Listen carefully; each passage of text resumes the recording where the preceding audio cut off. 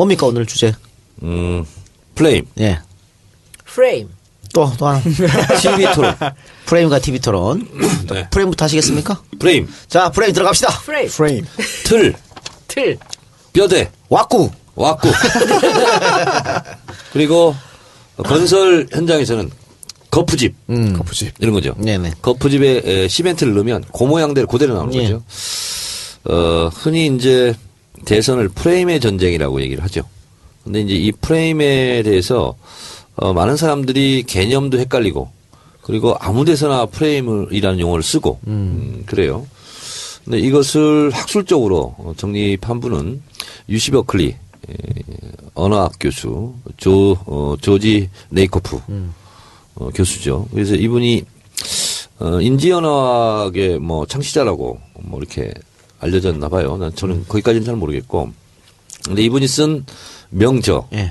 코끼리는 생각하지 마. 예. 이게 이제 저희 초선 때 2006, 7년도에 굉장히 열풍으로 아마 국회의원들 뭐 그 책 들고 다니다시피 하면서 그 책을 읽었거든요. 그러니까 코끼리는 생각하지 마라는 거 말하는 순간 코끼리를 더 생각한다는 거죠.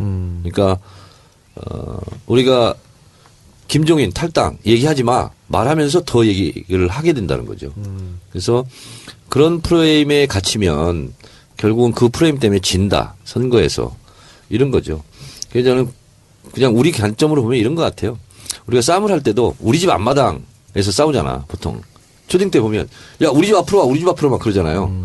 그래서 그러니까 홈 경기를 해라 어웨이 경기 하지 말고 이런 뜻으로도 유권 해석이 가능한 것 같습니다. 예. 또 특히 보수 집단들이 이 프레임을 잘 짜서 네. 사실 공세를 수세로 돌리기도 하고 뭐 네. 그렇게 하고 잘하고 있죠. 그래서 이제 제가 지난번에 보수주의에 대해서 말씀드린 적 있죠. 그러니까 보수주의는 움직이는 거다. 그리고 시대에 따라서 보수주의의 본질이 달라지는 거다. 이제 그런 것처럼 예를 들면 우리 대한민국에서 보수주의자들이라고 생각하는 분들이 예를 들면 미국을 좋아하잖아요. 친미적 경향이 있잖아요. 근데 미국을 좋아하는데 미국에서의 주류는 사실은 진보적이거든요. 예. 엘리트층. 네. 뭐 조기숙 교수의 말에 의하면 아이비리그 대학에 종사하는 교수들의 93, 4%가 다 진보적인 학자라는 거죠. 그래서 미국의 엘리트 지식인들은 다 진보주의라는 거예요.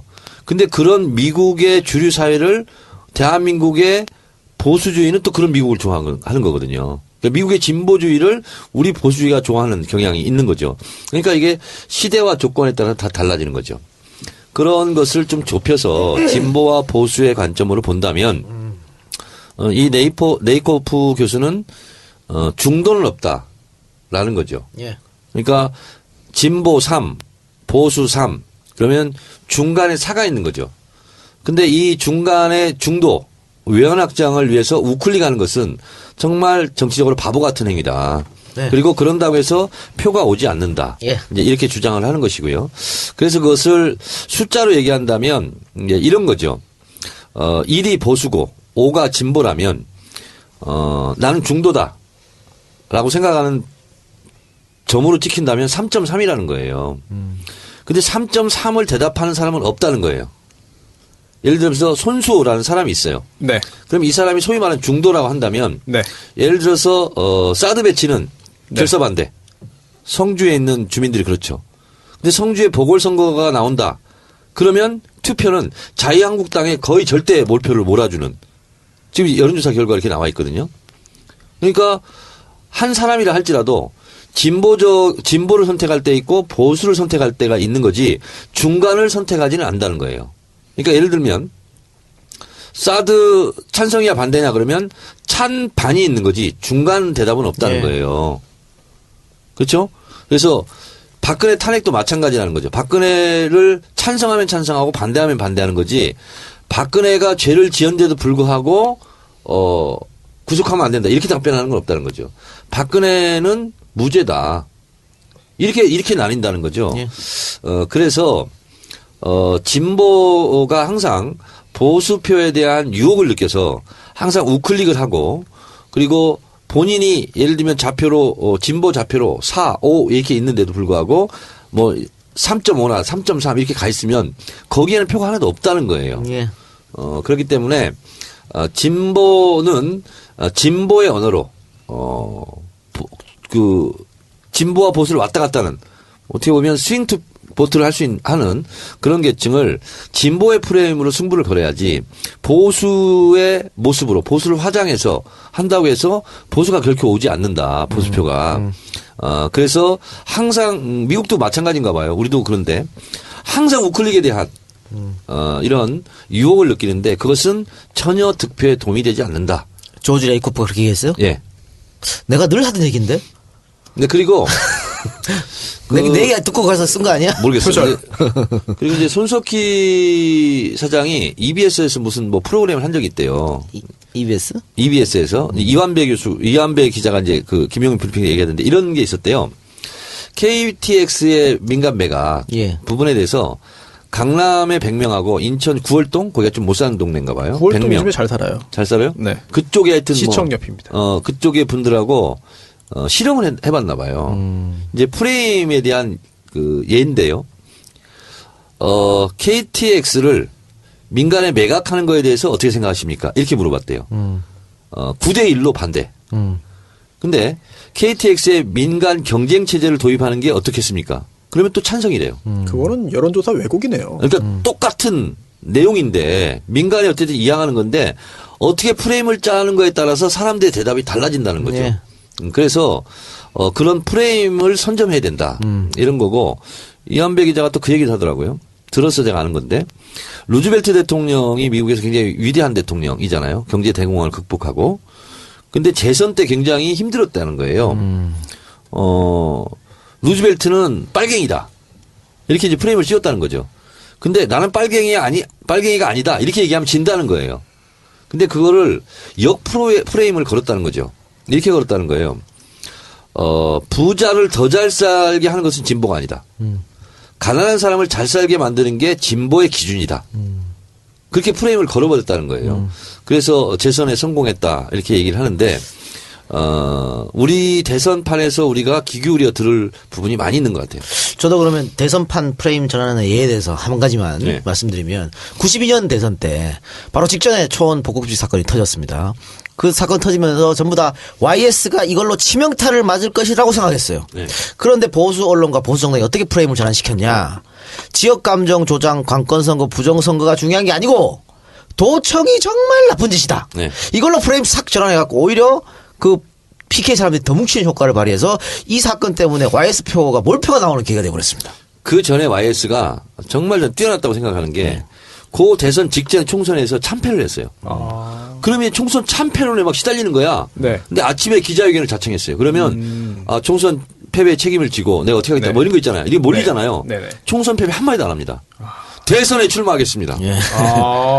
이렇게 얘기해서 총선 패배에 대해서 뭐 그게 있는 게 아니라 YS 대선 출마 전격 발표. 당시 대표였기 때문에 총선 패배 책임을 본인이 져야 되거든. 그게 전략이었나요? 그러니까 너무 뛰어난 거죠, 그것은. 그거는 YS의 DNA예요. 아, 그래요? 그분은 전략을 안 짜요. 그냥 만약에 우리 여기서 김대중 나온 대로 대통령 같았으면 막 설명 왜 그렇지.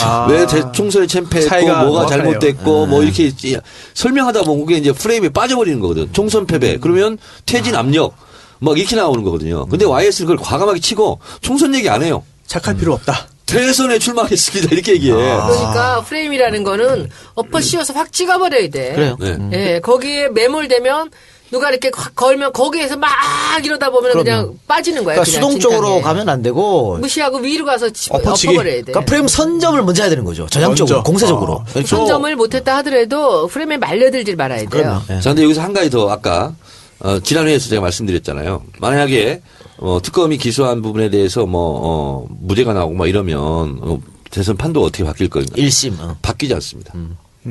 바뀌지 않는데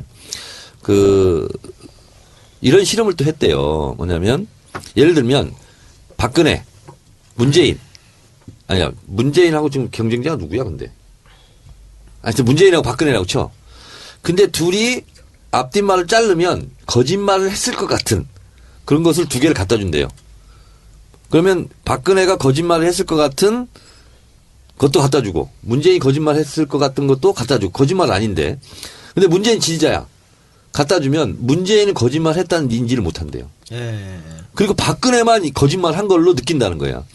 근데 그 뇌를 자기 공명장치로 딱 실험을 해봤더니 이성적인 뇌 있잖아. 이건 작동하지 않고 감성 뇌로 그걸 순간 포착을 한다는 거예요. 그래서 지지하는 사람이면 그 사람이 옳고 그리고 뭐 따져서 하는 게 아니라 그냥 무조건 지지하는 거예요. 그렇게 되죠. 그래서 감성적인 영역이라는 거예요, 이것은.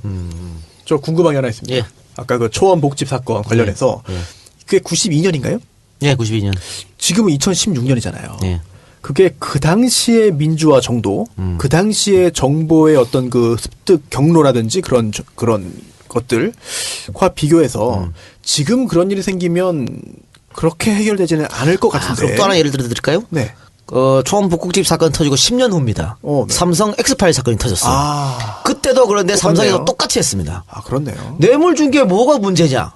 도청이 문제다 해서 걸고 넘어졌거든. 아. 그거 탁 전환됐잖아요. 근데 그것도 하나 좀 의문이 좀 더 큰 의문인데, 어떤 그 정보화 수준이나 어떤 그 민주주의 정도와 별개로, 초원복집 사건으로 간다면, 그 당시에 결과적으로 김영삼 대통령이 당선됐잖아요, 후보가. 당선됐다는 게 그 사건이 없어도 이미 될 것이고, 그 사건이 있어도 그걸 감안한다 하더라도 김영삼 대통령 후보를 사람들이 더 지지를 할 거고, 그렇기 때문에 그 사건 자체가 큰 파장이 없다. 반대하는 측에서 볼 때는 굉장한 큰 사건이고 국기문란이고 다 정말 형사처벌해야 되는 큰 사건이지만 국민의 다수는 그 사건이 그렇게 중요하게 보지 않았기 때문에 프레임 전환이 가능하고 성공했던 거 아니냐. 그때 당시에는 DJ는 정주영이 97년에 이인재 역할을 해주길 바랬어요. 정주영은 DJ 표를 못 뺏어요. 강원도 출신이고 울산에 기반이 있고 그러니까 YS표를 뺏을 수 있어. 그런데 초반에 획기적인 공약으로 그 많은 분들한테 박수를 받고 지지를 아파트 받았는데 아파트 반값 이런 것 때문에 그런데 선거 막판은 가면 갈수록 별 지지를 못 받았거든. 그런데 이 사건을 국민의당에서 터뜨린 거예요. YS를 물어뜯기 위해서. 그래서 맨 처음에는 국민의당보다 DJ 쪽에서 박수 쳤다니까 이길 수 있다고. 그런데 한순간에 YS하고 그렇게 엎어지면서 오히려 더 YS표가 몰표가 우르륵 쏟아져 버렸어요. 그래서 그 PK 지역에서 정주영이 거의 힘을 못 썼습니다. 그러니까 요 얘기를 요즘 대선판으로 이것을 이제 응용해서 본다면 이런 거죠. 실제로 그 동안은 이 프레임을 짜는 것은 조선일보, KBS 주로 이런 데였어요. 예, 조중동. 예. 이제 아젠다 세팅을 하는 거죠. 프레임을 짜는 거죠. 근데 지금은 종편들도 많이 하고 있어요. 그래서 종편의 영향을 받으면 프레임에서 밀리는 거야. 프레임 전쟁에 지는 거야. 근데 그것이 다시 진보 매체까지 영향을 미쳐요. 그래서 그 고리를 끊어야 된다는 거야. 그러니까 우리 당 지도부도 사실은 조중동과 종편을 보고 너무 두려워할 필요가 없는 거예요. 지금은 지난 총선에서도 입증이 됐어. 종편보다 팟캐스트 SNS 영향력도 이제 대등하게 갔다. 겁먹을 거 하나도 없거든요. 그러면. 그래요? 네, 겁먹을 거 없어요. 그런 것이고 그래서 우리 본질만 확실하게 보고 있으면 돼요. 감성적 언어로 우리의 지표를 넓히는 노력 그걸 하면 된다는 거예요. 그런 면에서 본다면 이 조지 레이코프 교수가 말하는 주장대로 한다면 정말 조지 레이코프가 한탄할 사람이 사실은 안희정 지사죠. 그런 면에서 본다면 그런다고 표가 안 오거든요. 지금 이제 지지율이 많이 떨어지고 있는데 우리가 예측을 했지 않습니까? 오래가지 못한다.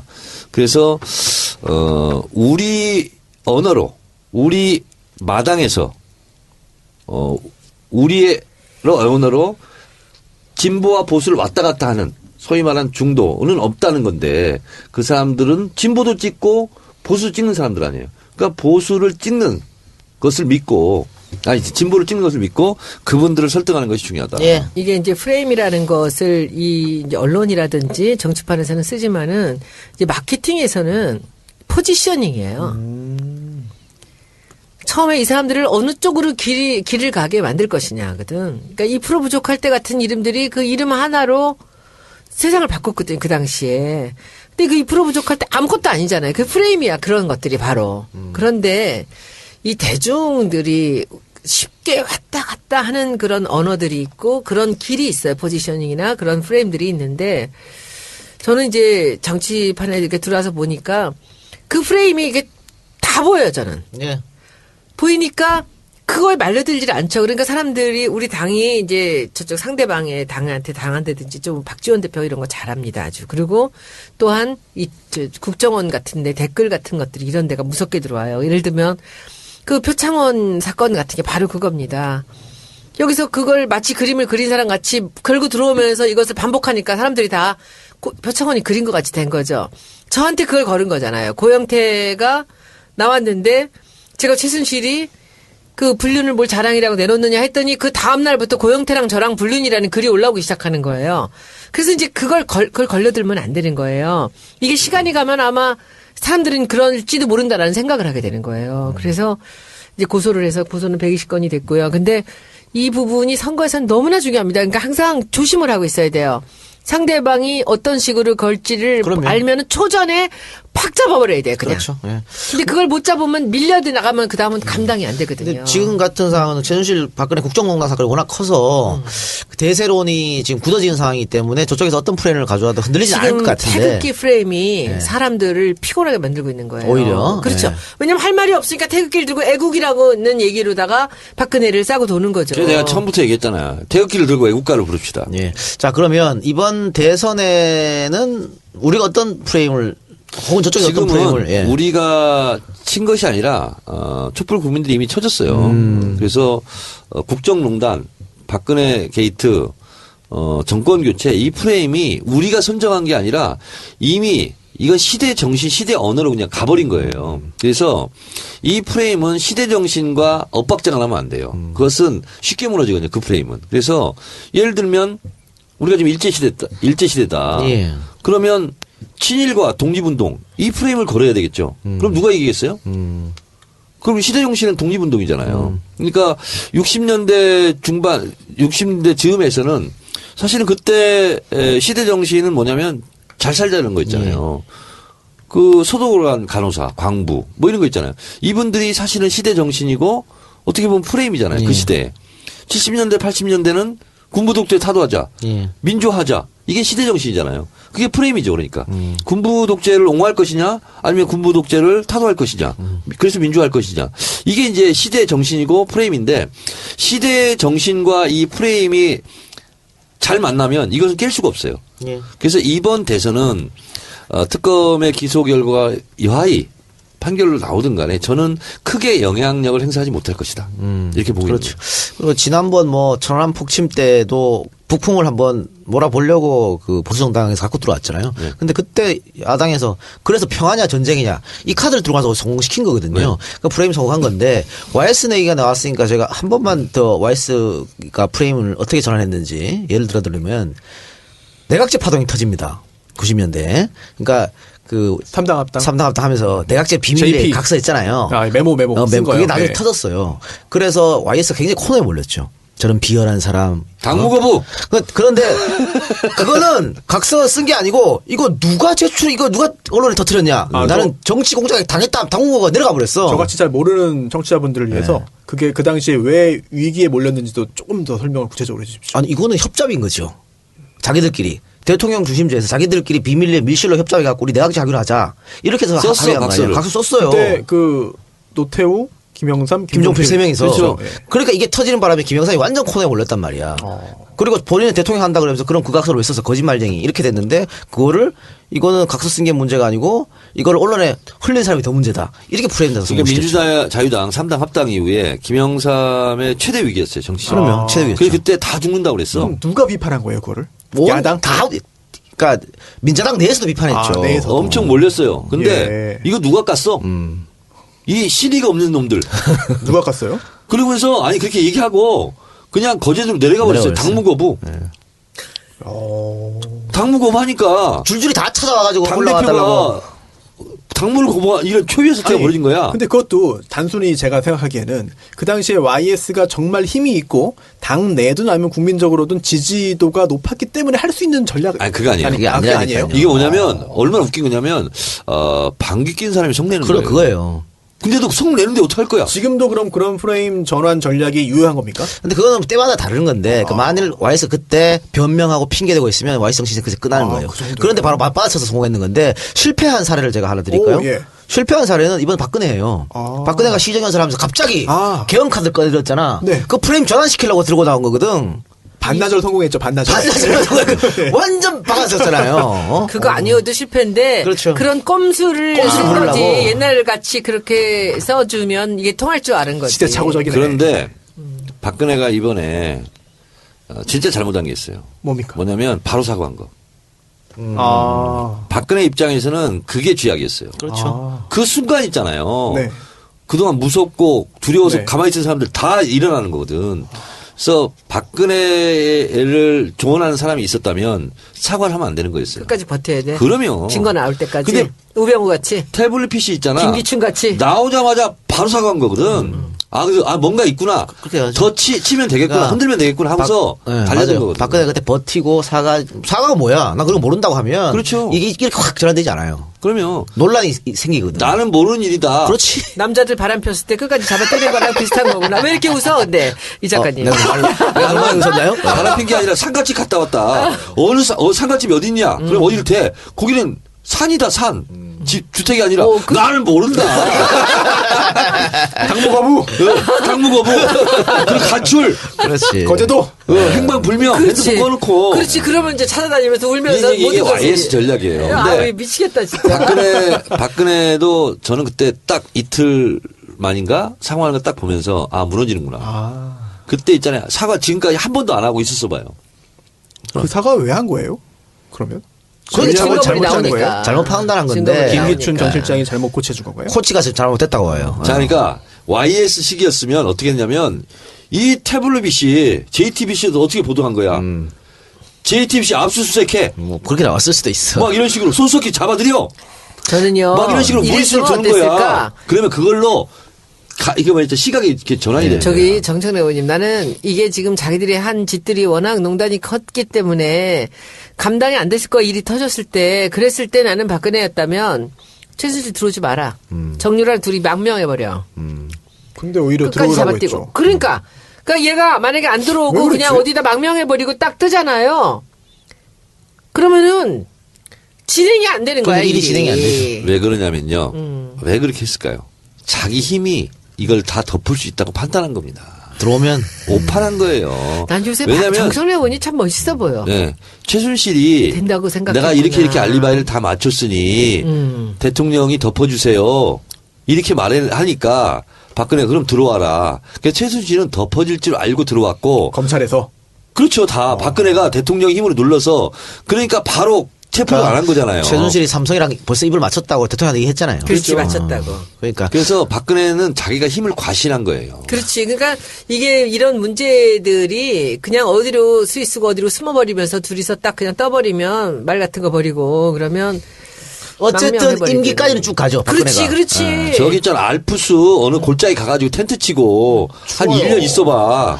그러니까 이게 프레임 짜는 게 진짜 머리 잘 돌아간 전략가가 짜는 것 아니면 그냥 정치적 DNA가 나와야 돼요. 큰 YS는 머리가 전략 있어요. 짜서 되는 게 그 아니야. 사람 원래 본성이 그래. 본성이 타고난 거래요. 타고난 거예요. 내추럴 본. 무대뽀. 무대뽀. 상상을 초월한 무대뽀. 그래가지고 놀래다가 이게 뭐지 하면서 뭔 문제였지? 이러면서 까먹는 그러니까 거야. 대한민국 정치 지도자 중에서 승부사적 기질이 크게 있는 사람 딱 두 명이에요. 한 명 YS, 한 명 노무현 대통령. 노무현 대통령은 감성적 승부사지. 빨갱이 프레임으로 막 몰아가니까 그래서 내 마누라 버리라는 거예요? 이게 한마디로 그냥 확 덮어지잖아요. 그게 머리 짜서 했을까? 안 짜서 나오는 게 아니라 노무현 그거는. 대통령은 진짜 고도로 치밀하게 계산된 승부사예요. 그래서 오히려 그거 다 계산한 거죠. 다 계산했다고 아니, 보세요. 그럼요. 진짜라니까. 노무현 대통령은 그냥 툭툭 던진 게 아니고 이걸 정교하게 계산해가지고 툭툭 던지는데 계산된 발언인지 사람들이 눈치 못 채게 하는 것 뿐이야. 그건 더 대단한데요. 그게 대단한 거예요. 근데 마지막으로 떠나실 때는 그건 계산된 거 계산이 했으면 그러면 어떻게 됐었던 거야? 그걸로 모든 게 끝나는 거였나? 그거는 계산 안 했지. 계산한 거지. 내가 이렇게 떠날 때 여기서 이 모든 일은 끝날 거다라고 했고 실제 끝났나? 뭐 실제로 정해졌죠. 정해졌나요? 그냥 거기서 이 일은 끝났나요? 수사나 이런 것들은? 뭐 그게 뭐 온 백성들이 슬퍼하는데 어떻게 더 나갑니까? 자, 여기서 이제 프레임 하나만 더 얘기하고, 아이씨. 이제 그게 이 부분을 마무리하겠습니다. 죄송합니다만 죄송합니다. 공소권 할 필요 없어. 없음 처분으로 끝나고요. 사망한 그럴 경우에는 때는, 그리고 또 엄격히 따지면은 이제 그 가족들에 대해서도 혐의점이 있으면 수사를 할 수 있지만 여론이 근데 그게 할 되나? 수 있지만 그렇게 수사했으면 큰일 나죠. 예, 그것도 못하는 상황으로 간 본인이 거죠. 그렇게 생각하신 거지. 자, 근데 이 프레임은 위대한 정치가가 말 한 방으로 할 수도 있고 그리고 개미 군단에서도 할 수 있다는 것을 오바마가 보여줬죠. 네? 오바마의 SNS 자원봉사단 240만 명이 몰렸어요. 제일 먼저 한 게 프레임 전쟁입니다. 어떤 프레임을 걸었냐? 공화당 롬니 후보는 부자편, 오바마는 서민편. 이거를 SNS 자봉단들이 그냥 사이버에서 다 시위를 하면서 다 그렇게 했어요. 그래서 갑자기 롬니가 부자편이 돼버린 거야. 실제로 그렇지도 않아. 아니에요? 아니에요. 굉장히 부자이긴 맞는데. 아니, 부자편이라고. 오바마는 서민편이라고. 이렇게 갔거든요. 그래서 그냥 1차 프레임 전쟁에서 게임이 끝나버린 거예요. 근데 그거는 수많은 개미 군단들이 버즈량으로 승부한 거예요. 그래서 우리도, 문재인 대표가 그걸 잘 못 만든다. 그러면 개미 군단들이 이걸 만들어가지고 각종 게시판 다니면서 그 각종 기사 댓글. 야, 요즘 제가요. 하나 취미가 생겼어. 예. 이제는 네이버 있잖아요. 가장 많이 본 기사 1, 2, 3, 4, 5. 가장 댓글 많이 달린 기사 1, 2, 3, 4, 5. 가서 댓글을 다 봅니다. 9대 1이야 9대 1. 뭐가요? 우리 쪽이 완전히 바뀌었더라고. 네이버 맞아? 야, 네이버 맞아. 그래서 제가 이번 대선은 저쪽에서는 힘들겠다. 오늘 있잖아요. 김종인 탈당했잖아요. 그 기사가 톱으로 떴거든요. 가서 보니까 뭔지 알아요? 자유한국당으로 가시오. 이게 1위야 1위. 그러면서 쫙 밑에 봤는데 다 뭐 그런 거예요. 그래서 예. 이제 네이버 댓글 맞아. 우리의 전사들이 가서 활약하고 있구나. 긴장을 늦추면 안 예, 됩니다. 그럼요. 예. 자, 첫 번째 키워드 프레임 재밌네요. 예. 노무현 대통령 얘기 나왔으니까 실패한 사례. 노 대통령이 그 조중동에서 노무현 대통령 인사 문제를 가지고 코드 인사라고 엄청 공격했습니다. 네. 그래서 그 당시에 청와대에서 계속 그걸 변명하고 수세적 모습을 보이면서 오히려 당했거든. 저는 그때 왜 역으로 못 치냐 정말 답답했어. 아니 역대 정권 중에 코드 인사 안 한 사람이 어디 있어? 그리고 코드는 너무나 당연한 거지. 아니, 인사는 코드에 맞춰서 해야지. 그렇게 안 전 하면 망하는 세계적으로 다 거예요. 그렇게 하는 거예요. 그게 인사인데. 그럼 나랑 맞는 사람이랑 하는 게 그거 당연한 거지. 그걸 정기 코드 인사 콘서트 코드 꼽으면 안 됩니까? 그럼 그렇게 나왔어야 되는데 그때 그걸 못했어. 아니 코드 인사를 해서 국민들이 그 노무현 대통령을 선출한 그 취지에 맞게 정책을 펴는 게 당연한 거 아닙니까? 그러니까 전 세계적으로 다 그렇게 하잖아요. 그런데 그 말도 안 되는 공세를 우리가 왜 못 벗었다니까. 그래서 자꾸 변명하고 이러던 밤에 오히려 방금 정의원처럼 220V 100에다 꼽으면 터져요. 뭐 이런 식으로 오히려 갔어버려야 돼. 그걸 못해서 정 안타까워. 의원이 그걸 되게 잘해. 사실은 너무 잘해. 우리는 오빠 씌우는 거 이런 거. 그 초선 때부터 막 대화하다가 뭐 이렇게 옥시각시하면 뭐 이렇게 100대 0 게임이 없잖아. 그러면 그 200 고춧가루 빼고 얘기하세요. 그럼 말을 못해. 판이 끝나는 거야, 그냥. 두 번째 키워드 TV 토론. 아직 TV 토론을 한 번도 하지 않았습니다. 지금 민주당 경선인 인단 모집하고 일단 토론은 시작됐습니다만 라디오 토론 한 번 했고 인터넷 토론 한 번 했어요. TV 토론 아직 시작되지 않았는데 TV 토론 전에 정 의원이 TV 토론이라는 키워드를 갖고 온 것은 나름의 이유가 있을 것 같습니다. 네, TV 토론. 손수 변호사. 네. TV가 뭐죠? 텔레비전. 텔레비전. 네. 스펠링이 어떻게 되죠? TELEVISION 맞습니까? 텔레로 비전 텔레. 보는 거죠. 네네. 네. 이걸 누가 발명했는지 아세요? 모르겠는데요. 저도 몰랐어요. 네. 영국의 엔지니어 네. 존 로지 베어드라는 사람이 네. 이 텔레비에 도전했어요. 텔레비전 그래서 뭡니까? 텔레비전. 텔레비전. 네. 네, 도전해서 TV. 예. 이분이 1925년 10월 30일 최초로 움직이는 인형의 상을 만들었대요. 거기서 텔레비전이 시작된 거예요. 예. 그러니까 1925년도에 텔레비전이라는 개념이 이제 처음 했고요. 그리고 1927년 적외선을 이용하여 어둠 속에서 상을 송신할 수 있는 녹토비저를 발명했답니다. 그래서 베어드 텔레비전이 1929년 사상 처음으로 BBC 방송이 텔레비전 방송을 시작했답니다. 그러니까 존 로지 베어드 이분이 텔레비전을 발명했고 1929년에 영국 BBC에서 처음으로 텔레비전 모습을 갖추고 방송을 했다. 이런 거죠. 그러니까 100년도 안 된 거예요. 텔레비전이 나온 것이. 근데 까마득한 옛날처럼 보이지만 지금 우리 TV 토론 방금 대선 주자 후보 TV 토론 얘기했는데 이 TV 토론이 처음 도입된 게 언제인지 아십니까? 손수 변호사. 케네디? 우리나라에서. 아, 우리나라요? 네. 대선 주자 TV 토론. 김대중, 김영삼 그때입니까? 아니에요. 1997년. 자, 근데 재밌는 것은 1992년도에 김대중 대통령이 TV 토론을 하자. 그렇게 얘기합니다. 김영삼 절대 안 해요. 예, 끝까지 거부했죠. 끝까지 거부했어요. 아, 진짜요? 예, 그때 92년도에 TV 토론이 도입됐다면 김영삼 대통령 못 했을 수도 있어. 아니 뭐 근데 문재인 박근혜 그렇게 했는데도 박근혜가 이겼잖아요. 자, 그래서 1997년도에 처음으로 TV 토론법이 공선법이 바뀌면서 이게 이제 도입이 됐거든요. 그러니까 김대중 대통령은 집념의 정치인입니다. 그러니까 지방자치 있잖아요. 지방자치도 13일간 단식을 해서 예. 지방자치도 부활시킵니다. 지방자치 부활이 안 됐으면 김대중 대통령이 대통령 되기 어려웠습니다. 안 되죠. 어려웠습니다. 다 그리고 관건 선거를 하는데 그렇습니다. 시장이나 이런 사람들이 또 하나는 뭐냐면 TV 토론이 도입되지 않았다면 김대중 대통령은 들씌워진 용공 이미지, 빨갱이라는 거 이걸 극복하지 못했습니다. 노무현 대통령도 대통령 되기가 쉽지 않았죠. 어려웠습니다.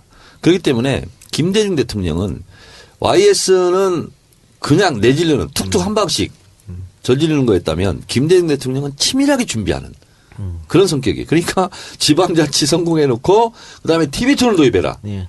해놓고 DJP까지 이렇게 해서 결국은 최초로 정권 교체를 하는 거거든요.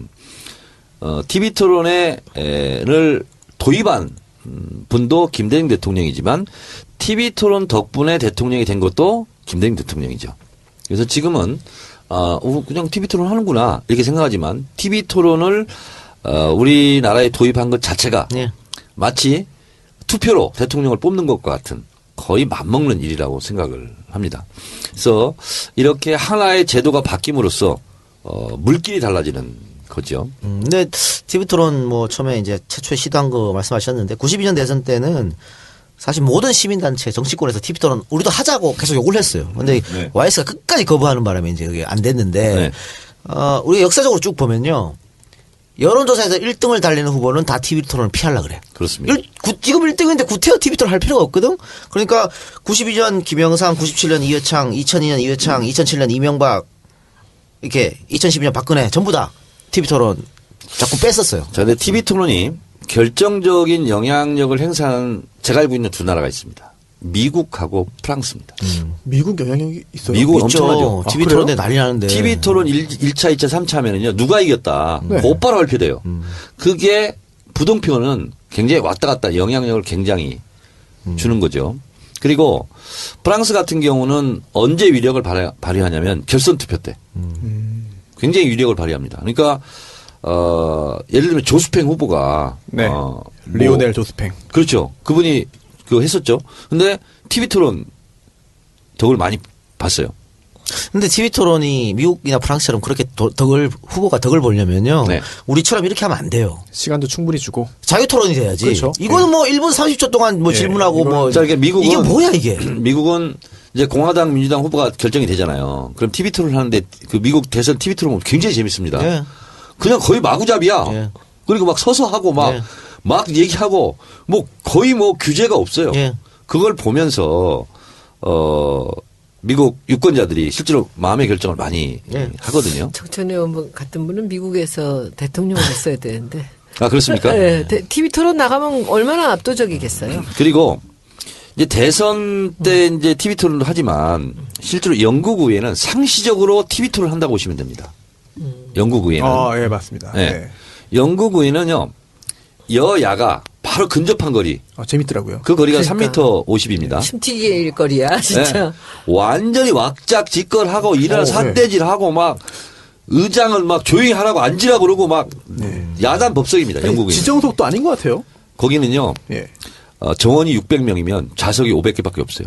늦게 늦게 가면 앉을 자리가 없어요. 일부러 그렇게 만들어놨어요. 그거 좋은데? 지각하지 말라 이거예요. 그래서 영국 의회는요, 그 왁작시끄라고 막 난장에 난장, 이걸 BBC에서 하루 종일 생중계합니다. 우리 그 필리버스터 하듯이. 그래서 그걸 보고, 보수당이 잘하고 있다. 노동당이 잘하고 있다. 이렇게 영국 국민들에게 알아서 판단하게끔 만드는데, 우리 국회는 이제 그렇지 못하죠. 예. 자, 근데 이 TV 토론이 그만큼 중요하고, 저도 이제 대선 후보 가까이서 TV 토론 준비하는 거 보면 진짜 피를 말립니다. 자, 근데 절대로 TV 토론을 할 때 정책이나 컨텐츠를 가지고 표가 움직이지 않습니다. 네. 저도 그런 것 같아요. 이게 또 숨겨진 일인지입니다. 그러니까. TV 토론을 하는데 제일 중요한 것은 뭐냐면 팩트를 틀리면 일단 안 돼요. 그거는 뭐 기본이고 의도와 태도를 봅니다. 그리고 카피와 이미지로 승부를 하는 겁니다. 저 후보가 참 넥타이 세련되게 메고 나왔네. 그걸로 표가 가는 거예요. 저 후보가 헤어스타일이 마음에 드네. 저 후보가 표정이 마음에 드네. 그래서 남는 잔상은 이미지가 남지.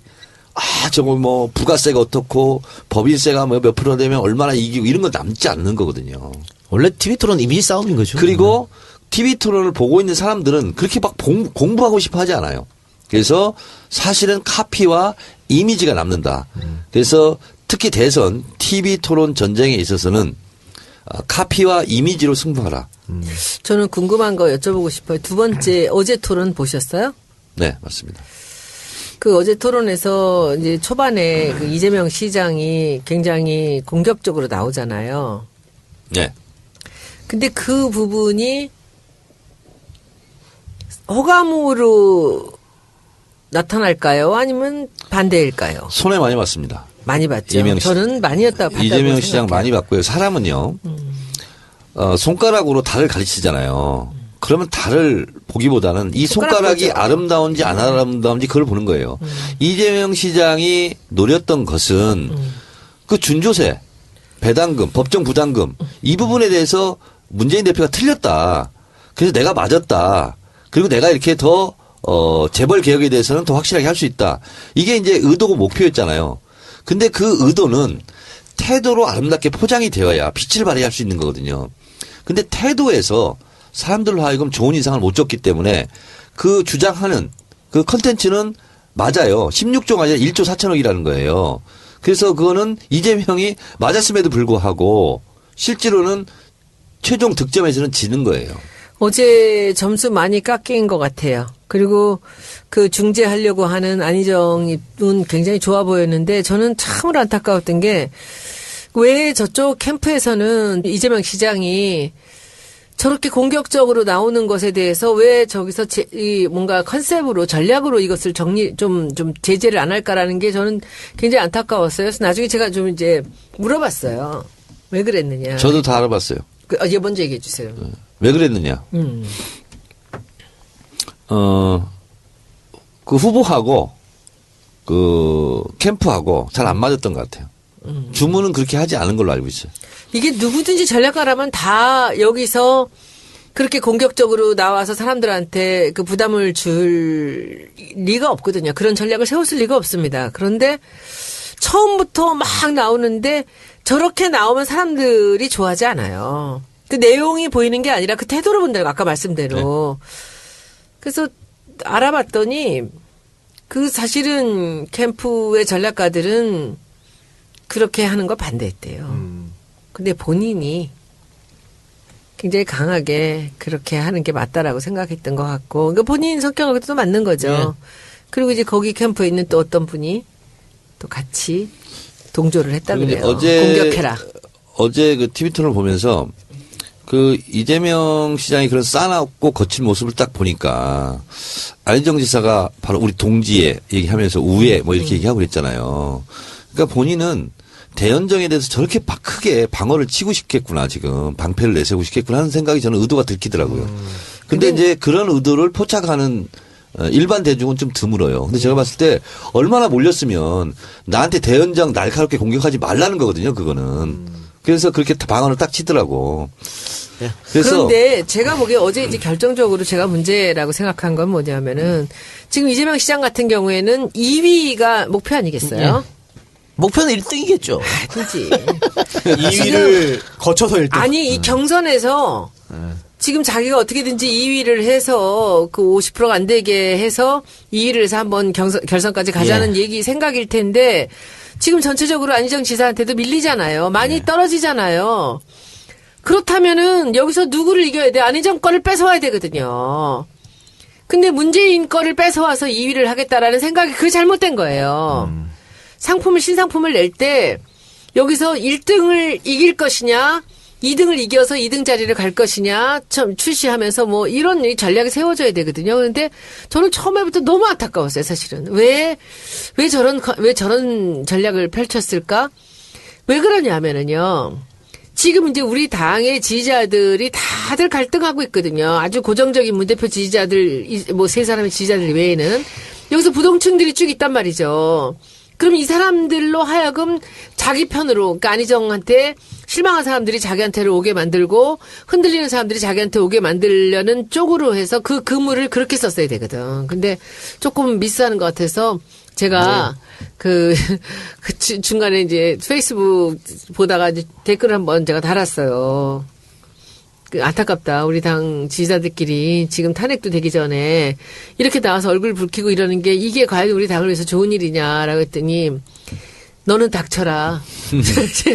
바로 나오더라고요. 자, TV 토론을 함에 있어서 제가 이제 TV 토론의 이제 테크닉을 제가 몇 가지 말씀드리겠습니다. TV 토론을 할 때는 확정적, 긍정적 단어를 반복하라. 라는 겁니다. 이게 예를 들면 자기가 정책 대안을 얘기하고 있어요. 근데 사람들은 그게 정책적 대안이란 말을 안 하면 그게 정책적 대안인지 모릅니다. 그냥 지나가요. 자, 제가 이 부분에 대해서는 확실하게 정책적 대안을 말씀드리겠습니다. 이렇게 말을 해야 정책적 대안이 되는 거예요. 자, 한반도 평화에 대해서 제가 확실하게 평화 정책 방안에 대해서 말씀드리겠습니다. 이렇게 말을 하라는 거예요. 예. 그 말을 하지 않으면 그게 대안인지 몰라요. 정책인지. 예. 그렇게 얘기하고요. 또 사람들은 태도를 많이 본다고 그랬잖아요. 자, 손소 변호사랑 저랑 지금 아규를 하고 있어요. 손소 변호사 막 열내서 얘기를 하고 있어요. 논쟁. 근데 제가 거기서 끼어들어서 한마디를 하는 것보다 네. 화면은 양쪽으로 쪼개지거든요. 그럴 때 아주 긍정적인 눈빛으로 지긋하게 바라보면서 고개를 끄덕끄덕 하면서 네가 하는 말도 내가 이해를 한다 하는 표정 있잖아요. 말하는 손소보다 상대방의 표정을 더 많이 본다는 거 아닙니까? 그래서 그 표정을 보고 그럼 내 차례가 됐어요. 그럴 때 손소 후보가 말씀하신 부분은 제가 공감합니다만 그러나 단 한 가지 이 말씀은 드려야 되겠습니다. 하고서 그 말한 9가지를 탄핵하는 거예요. 이건 오바마식 화법인데요. 이렇게 얘기합니다. 오바마는. 저는 모든 전쟁을 반대하지는 않습니다. 때로는 전쟁이 필요합니다. 그리고 전쟁은 이렇게 긍정적인 의미도 갖고 있습니다. 그러나 이라크 전쟁만은 제가 반대합니다. 그 이유를 말씀드리겠습니다. 이렇게 말하는 거예요. 그러니까 공감대를 확 넓혀놓고 그놈을 넓게 쳐놓고 그중에 고기 한 마리만 딱 잡아 오는 거예요. 그러면 내가 승리하거든. 그래서 TV 토론할 때는 그런 방식으로 하라. 또 이런 거고 또 하나는 뭐냐면 절대로 말을 길게 하면 사람들이 다 짜증냅니다. 아무리 아름다운 말이라도. 미치겠어요. 철저하게 단문으로 끊어서 할 것. 너무 설명을 길게 하셔서 미치겠는 거야, 지금 그게 우리가. 단문으로 할 것. 무슨 뜻인지는 알겠는데. 그리고 예. 또 하나는 뭐냐면 절대로 자료를 보고 읽지 말 것. 근데 참. 손소 변호사 종편 출연하지만 종편 출연자 1분 30초 법칙이 있습니다. 한 출연자가 1분 30초 넘게 발언하잖아요. 시청자 채널 돌아가요. 그런데 그렇게 줄곧 하시는 분들이 많이 계십니다. 예, 그렇죠. 네. 뭐 이렇게 말에 욕심을 내는지 모르겠어. 왜 이렇게 길게 하는지 모르겠어요. 그러니까 이해가 안 돼. 방송사 뉴스 한국지가 1분 20초가 기준입니다. 1분 20초 넘어가면 지루하다는 거예요. 그래요. 자, 근데 제가 언제 이 방송에서 얘기했던 것 같은데 TV 토론 그렇게 큰 영향을 미치지 않는다고. 그러니까 TV 토론이 거의 선거 막바지 하잖아요. 그때 벌써 다 이미 대부분의 맞아요. 사람들은 결정했다. 본인의 누굴 찍을 결정해 놨어요. 그러니까 이재명 시장이 마이너스 위원회 됐다고 얘기하잖아요. 그런데 이재명을 찍으려고 준비했던 사람이 그 토론 보고 이재명 안 되겠네. 문재인 찍어야지. 거의 없어요. 저도 같은 생각입니다. 그렇잖아. 문재인 찍으려는 사람은 그 토론 보고 진짜 이재명이 나쁜 놈이네. 라고 해요. 저도 같은 생각입니다. 그러니까 별반 다를 게 없어. TV 토론은 열성 지지자는 움직이지 않습니다. 그러니까 그게 그 열성 지지 아닌 사람이 움직이려고 하려면 지금 우리와 같은 TV 토론 체제를 하면 안 돼요. 그러니까 1분 30초 질문, 3분 답변에 뭘 보여줄 수 있겠습니까? 그러니까 이런 TV 토론은 좀 바꿔야 되는 거고. 그런데도 내가 한 번 깜짝 놀랐던 적이 언제냐면 TV 토론으로 성패가 뒤바뀐 거. 지난번 강원도지사 선거였어요. 엄기영하고 최문순 붙었을 때. 엄기영 이건 진짜 뭐 이렇게 깜짝 놀랐어요. 이렇게 바보가 있나 싶더라고. 깜짝 그랬어요? 놀랐습니다. 진짜 그럼요. 바보였어요. 예, 깜짝 놀랐어요. 왜? 강원도 사람들이 다 그거 보고 뒤집어진 거야. 그동안 알고 있던 엄기영이 도대체 누군가 할 정도의. 아니 그 앵커 출신이고 그 인물에 아이고, 어떻게 저도 했는데 기억해요. 1당 1을 물었는데 계속 가나다만 얘기하고 있어. 이상한 이야기를 했습니다. 계속 그랬어 계속. 예. 네네. 그랬어요? 그 완전 그때 뒤집었어. 예, 그거는 맞아요. 그리고 이제 TV 토론의 결정적인 장면 제가 하나 말씀드릴게요. 2012년 대선 때 이정희 후보가 박근혜 대통령 당신 떨어뜨리려고 나왔다 네네네. 했을 때 문재인 대표가 가만히 있었어요. 그래서 제가 끝나고 나서 왜 가만히 계셨냐고 말렸어야지. 지금 우리 셋만 지금 토론하는 게 아니라 전 국민이 보고 있는데 예. 이런 것은 불편한 태도고 불편한 언어다. 좀 자중했으면 좋겠다라고 문 대표가 했었어야죠, 맞아. 말했으면 대선 이겼다는 거 아닙니까? 저도 그래서 그거 보면서 TV에서 아차 싶었거든. 결정적인 순간이 그렇게 있어요. 근데 그 순간 있잖아. 0.001초에 판단해버려야 되는 거죠. 센스인가요? 그럴 수도 있는 거죠. 예. 그래서 제가 대선 끝나고 문재인 대표한테 직접 그 얘기했어요. 그래요. 근데 너무나 왜냐하면 대선 끝나고 저는 일주일 동안 거의 밥을 못 먹거든. 밥 못 먹고 막 거의 뭐 식음을 전폐하고 막 울고불고 막 이렇게 했었거든요. 그날부터 울기 시작해가지고 선거 치고 지난번 대선 치고 너무 막 있잖아. 와 진짜 지금도 눈물 나는데 그래가지고 내가 뭐 수행비 있으면 오지 말라고 그러고 막 집에 그냥 있고 막 그랬어요. 저 밖에 있고 막 모든 게 싫은 거야. 그래서 어디를 가려고 택시를 탔어요. 그랬더니 57세 아주머니야 택시기사가. 그래서 저를 알아보고 저희 집 앞에 딱 탔는데 뭐라는지 알아요?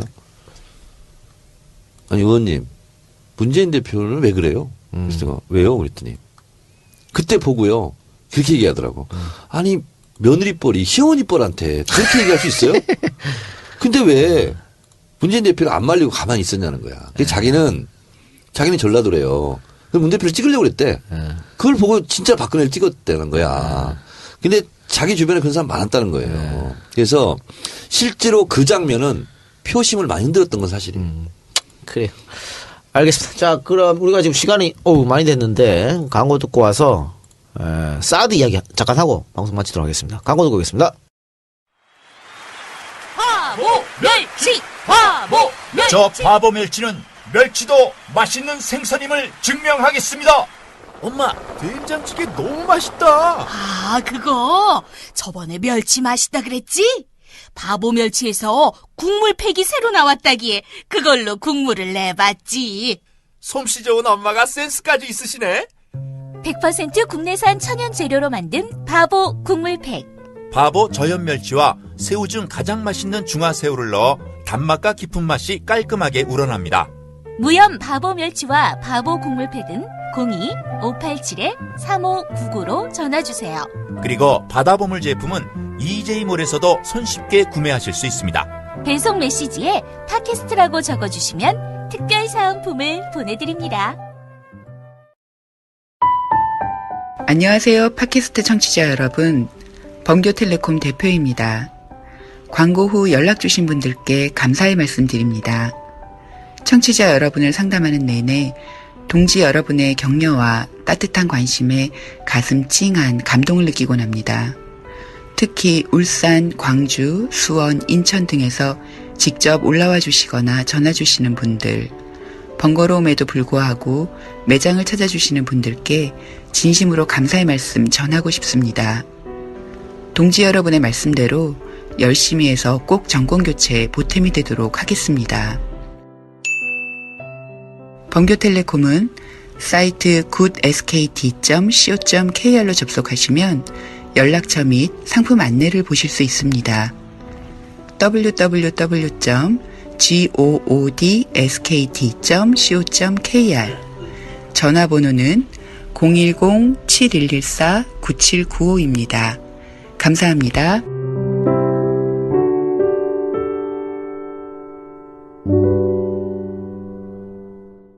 네, 광고 듣고 왔습니다.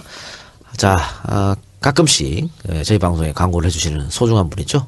바다보물입니다. 멸치와 중화새우가 만난 국물팩을 이번에 준비했다고 합니다. 이 국물팩이라는 게 결국은 뭐 국 끓일 때 이렇게 우려내는 그런 것 같아요. 새우 중에 가장 맛있는 중화새우, 또 미네랄이 풍부한 남해안 멸치, 디포리 다시마로 구성된 국내산 100% 천연제로 국물팩. 아마 이게 한 번 쓰고 버리는 걸 겁니다. 1회 1팩. 그러니까 진짜? 예. 그러니까 냉동실에 팩채로 넣었다가. 넣는 거구나. 그렇죠. 냉동실에 그물 넣었다가. 같은 데 들어있어가지고. 예, 그물 같은데. 오. 빼서 그냥 다시 오. 다시 육수 낼 때 넣고 어. 빼고 쓰고 이렇게 하면 던지고 이런 거 없이. 맞네요. 1회 1팩 개별 포장으로 사용하기도 편리하다고 합니다. EJ몰 또는 바다보물 사이트를 찾아주시거나 네이버나 다음에서 바다보물을 검색하시면 됩니다. 바다보물.com BADABOMUL.com 혹은 EJ몰 혹은 검색창에 바다보물 치시기 바랍니다. 여기 지금 준비한 국물팩 말고도 또 순수 멸치로만 있는 또 팩이 있고요.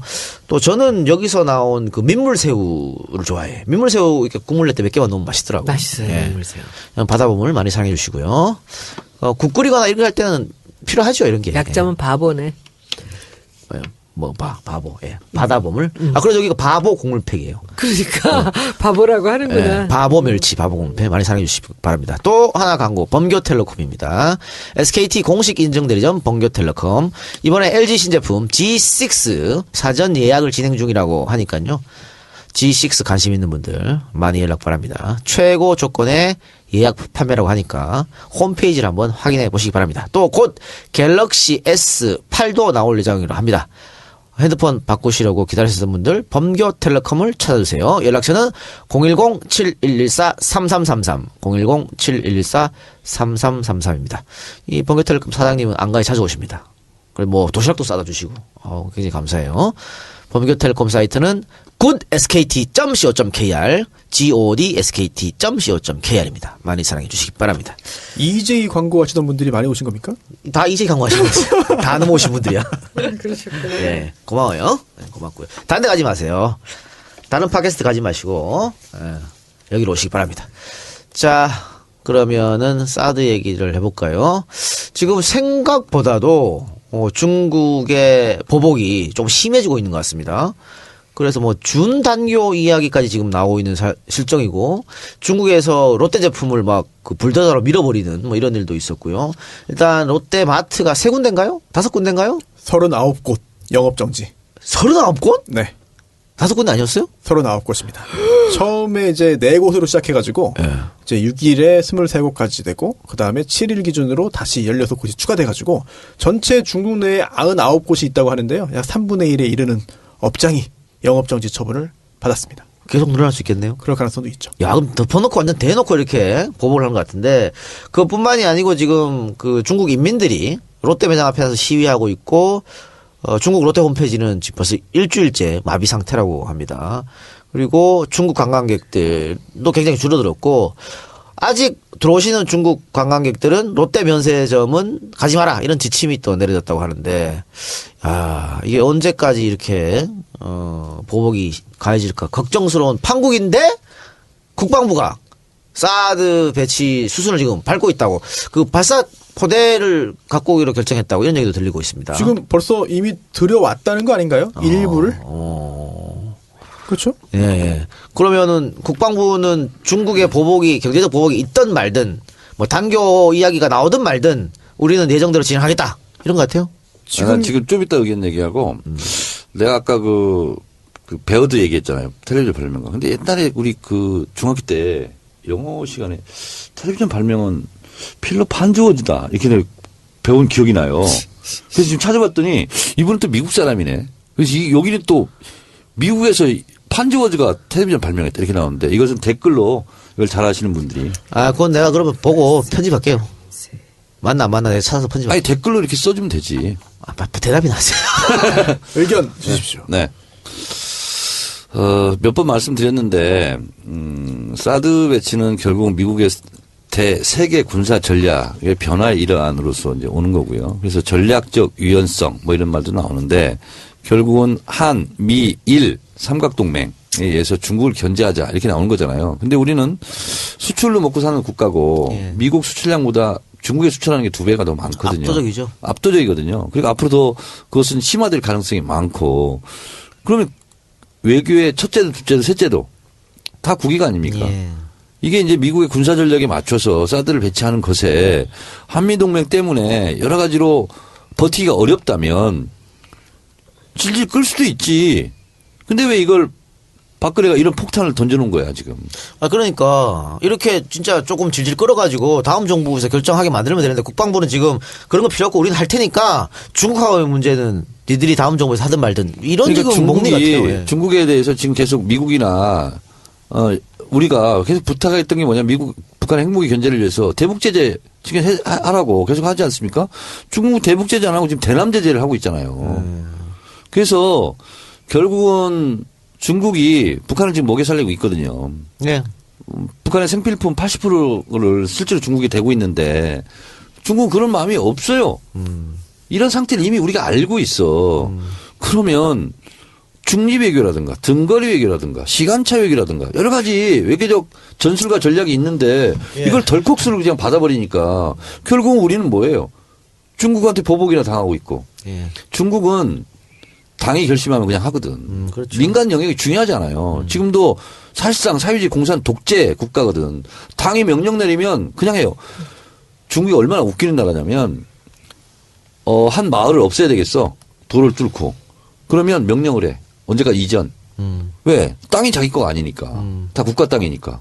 2달 가면 마을이 하나 없어져요. 중국은 우리하고 달라. 그렇죠. 민간 영역이 별로 중요하지 않거든.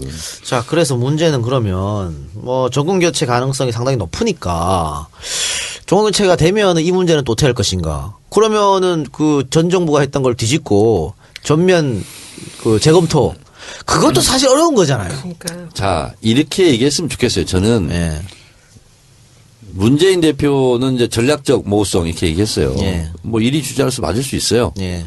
근데 예를 들면 이재명 시장이나 뭐 안희정 지사는 이렇게 말해도 뭐 성격상 안 하겠지만 이렇게 얘기하면 되는 거예요. 아니 지금 트럼프도 한미 FTA 재협상 하자고 그러는데 미국 국익을 위해서 우리는 국익을 위해서 재협상 얘기를 꺼내면 안 되냐.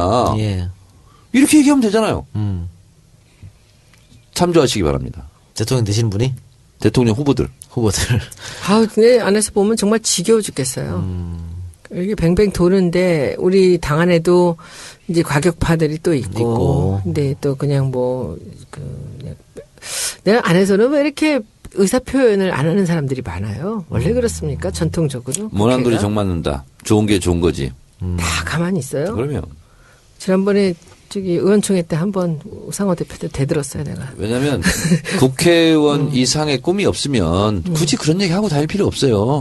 도대체 국회의원이 누리는 게 어떤 게 모두 무소불위의 권력이 그렇게 매력적인가? 왜 이렇게 국회 사람들은 국회의원은 지쳐가죠? 봐요. 돈을 많이 벌었던 사람이 월급 보고 오는 데가 아니고 예.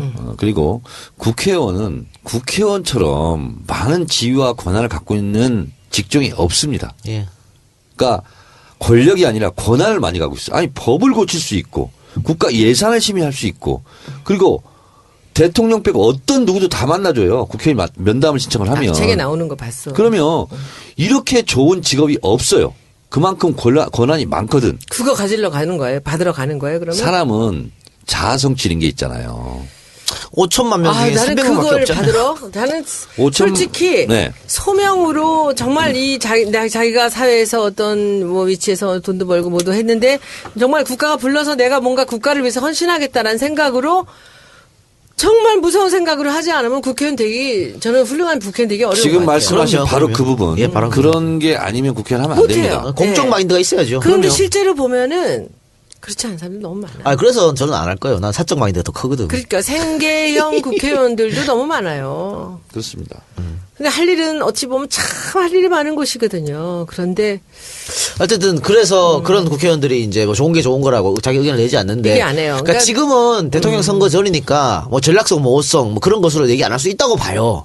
근데 정권을 갖고 오면 어쨌든 결과를 내놔야 될 거 아닙니까? 미국하고 협상을 이제 뭐. 그때쯤에는 그렇겠죠. 지금 이것이 뭐 일주일 전까지도 그 총리나 국방장관조차도 그 전날까지도 몰랐다는 사실 아닙니까?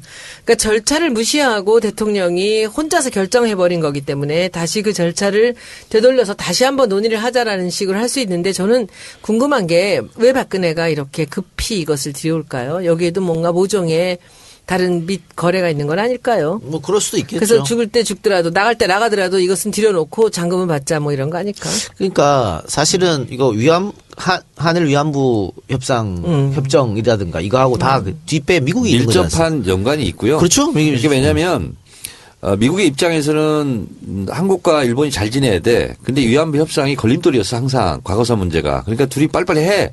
하고 합의를 시켜놓고 그다음에 사드 배치 하에서 미국하고 일본하고 한국하고 셋이 삼각동맹 맺자. 그게 이제 전략적 유연성이고. 그러니까 위안부 협상할 때 이면 합의가 있었던 거 아니냐는 강력한 의심이 제기돼가지고 지금 시민단체 같은 경우에 지금 이 법원에다가 얘기를 했잖아요. 이걸 공개하라고. 그런데 1심에서 정부가 패소했음에도 불구하고 항소했단 말이야. 그러니까 더 이상한 거야. 진짜 이면 합의가 있었을까? 그럼 그 이면 합의에 뭐가 있었을까?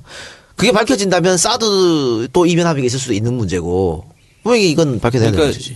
이것뿐만 아니라 한일 군사정보 보호협정 이것도 예. 이명박 때 못했던 거예요. 국민적 합의가 없다. 국회 비준 받아라 하는 거 그냥 후다닥 치웠거든. 근데 결국 이제 이 미국의 힘이 강력하게 작동한 건데 뭐 그냥 대책 없이 딸려간 거죠. 그러니까 어쨌든 차기 정부가 출범하려면 2달 이상 기다려야 되는데 그 2달 동안 중국이 어떤 보복을 가해올지 모르고 지금 중국에 가 있는 우리 교민들이라든가 아니면 중국을 상대로 무역하시는 분들 너무 어려워하시니까. 근데 어제 TV 틀었는데 정말 내가 속으로 굉장히 웃었던 장면이 하나 있어. 뭐냐면 이거 이제 문 대표가 전략적 모호성 얘기했거든요. 그래서 저는 적절했던 발언이라고 봐요. 1위 주자로서 대통령이 될 가능성이 있는 가장 있는 사람으로서 전략적 모호성이 있는 거다. 그것도 외교정책 중에 하나거든요.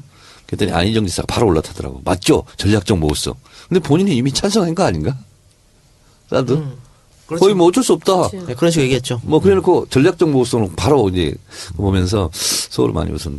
근데 또 안희정 지사 측에서 이런 말도 했네요. 오늘은 그 박수현 대변인이 너무 속전속결로 하는 것은 뭐 타당하지 않다라는 취지의 이야기도 오늘은 했습니다. 기존의 입장이 바뀐 건지는 모르겠지만 어쨌든 뭐 전략적으로 그 대통령 선거 전에 그렇게 얘기할 수도 있는 것이죠. 나중에 한번 두고 봅시다 어떻게 되는지.